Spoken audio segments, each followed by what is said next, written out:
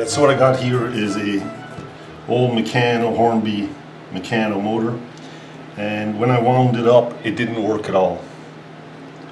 It was jammed, and I looked at all the gears and I turned very lightly to see if they turn a bit, and everything seems to be working, even the gears changing and all that, and the stopper and all that.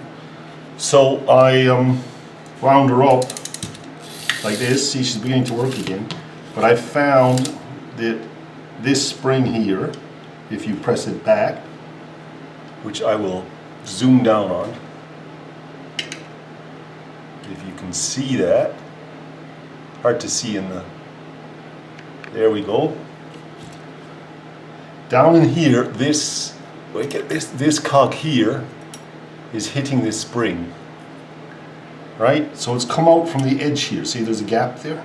So when I press this, let me get that in the view for you. When I press this spring over a little, it starts running fine again. So I've got to find a way of keeping that spring in, and she's going to work fine again. So really, that's all my problem.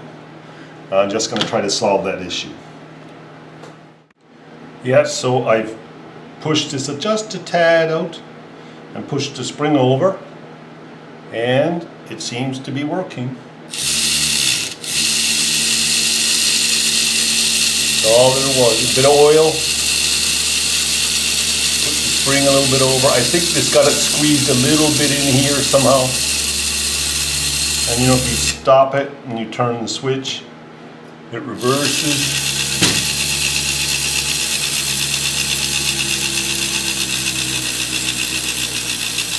So it's all ready to go. To have patience and have a quick look and oil it first and see how it all runs, but it's all working again. So there you go.